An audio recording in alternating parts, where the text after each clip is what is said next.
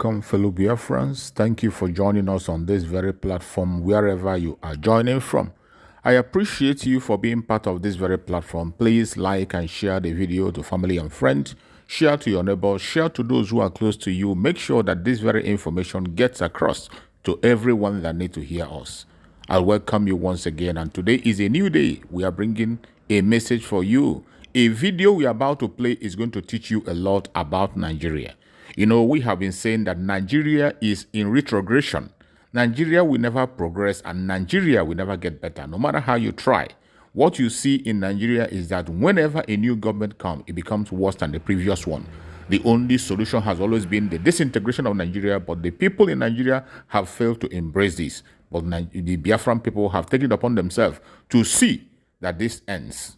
I am going to share with you a very important video. Pay attention to this video on what transpired during the time of Abacha compared to what is happening now. Then you will understand that Nigeria will never survive. This video I'm about to play is going to open your eyes to so many things in that contraption called Nigeria, and it will make you to understand when we say Nigeria is irredeemable. This is it. Just watch the video carefully from the beginning to the end. You are going to understand a lot of things. I don't need to preach much. Listen to people who are there, who saw it all, and finally, they are speaking out. Let's listen and watch together. Let's watch. Why are Nigerian politicians so arrogant and detached from reality? Chairperson, thank you. I've stolen nothing. I stand before you proudly. Why do they take pleasure in gaslighting the general public?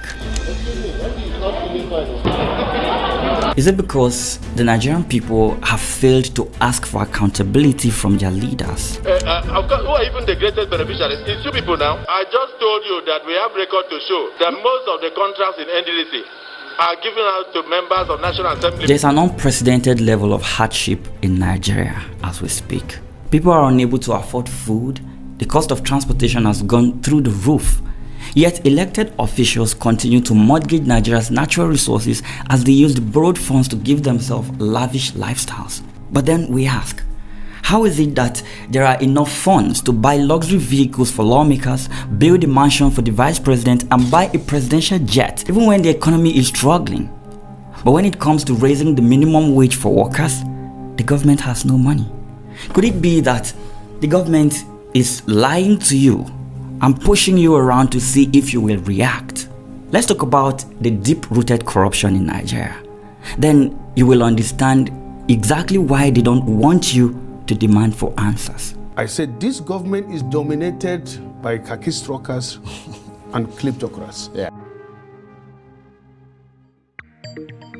In 2023, Nigerians used 721 billion naira, that is over $1.2 billion, to bribe public officials. This was according to a report published by the National Bureau of Statistics. The report also noted that 46% of public officials under government employment offered one form of bribe or the other. Some did this to get jobs and facilitate their recruitment into government agencies. But hang on. Here comes the shocking part of this report. Nigerian judges, that is, the judges at the court, were at the top of the list of bribe recipients while the police led in bribe requests. In a 2021 report by the United States Department, the US raised concerns about how the Nigerian judiciary was constantly under pressure from the executive and legislative arms of government. We all saw what that pressure led to during the Election Petition Tribunal. But if this report is not damaging enough to our courts, listen to what the United Nations Office on Drugs and Crimes had to say. Quote, 20% of those who had contact with the Nigerian judiciary were confronted with a request for the payment of a bribe. That is 20%. These concerns were made even worse when a senior advocate of Nigeria, Mr. Okutepa, lamented how the Supreme Court was dishing out favorable judgments to politicians without regard for the laws of the land.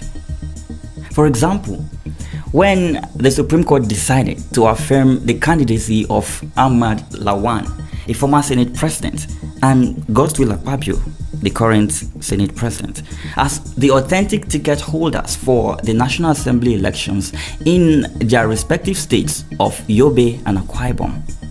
The Apex Court ignored the Electoral Act of 2022 completely.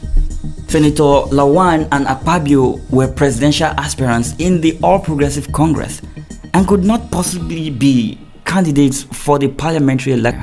What are they doing about the decay in the system? Well, when they are not sending themselves money to enjoy their holidays, In order to enable all of us to enjoy our holidays, a token has been sent to our various accounts by the clerk of the National Assembly. they are often busy singing a song of allegiance to a president they should be holding to account.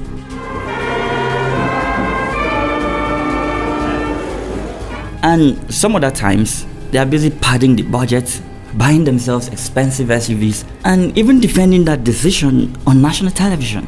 Going over to the executive branch, we have a presidency that is doing all it can to spend every last dime in the Nigerian treasury. So far, the President Tinubu-led administration has borrowed 20.9 trillion naira from bonds within 1 year. In December 2023, the Senate approved President Tinubu's request to borrow $7.8 billion and another 100 million euros as part of something called the 2022 to 2024 borrowing plan. Again, in April 2024, Tinubu borrowed over 3.8 trillion naira from the Central Bank of Nigeria. But while we continue to focus our attention on the figures being mentioned, we forget to ask what is being done with the funds generated from our crude oil sales. Nigerians pay value-added tax. So where is that money going? You see, there's no way democracy works without checks and balances. But in a country where the ruling party has captured the legislative branch and the judiciary, where will that check and balance come from? How can Nigerians be asked to trust a lawless law enforcement? Why are journalists being arrested for doing their job of reporting? This administration has done just 1 year in office, yet the country is already turning upside down. Inflation is at an all-time high, crime is on the rise, the streets are not safe, the roads are terrible, banditry is now a business. Yet, the political class continues to borrow and spend on things that add nothing to the quality of life of the masses. Here is my final word tonight. Mr. President, Senator Bola Tinubu, it is to you tonight that I bring the burden and plight of our people too. I trust this message finds you in good health and high spirits as you continue to navigate the intricate responsibilities that come with the esteemed position you hold. It is with a heavy heart and deep concern that I pass this message on the current state of our beloved nation, Nigeria. In a time when the heartbeat of our nation is racing with fear and the very fabric of our society is tearing at the seams, we stand at a crossroads. President Tinubu, the nation calls for your undivided attention as you embark on a private visit to France.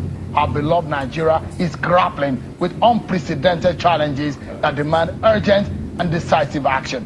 Kidnapping and abductions are the order of the day.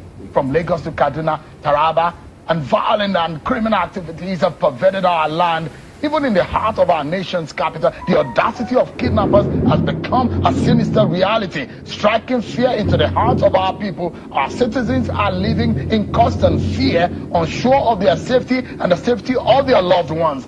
This is not the Nigeria we dreamed of, not the renewed hope that was promised. We applaud the gallantry of our security operatives, but indeed more work still needs to be done to keep the people safe. Efforts are being made, but it appears they are not far enough.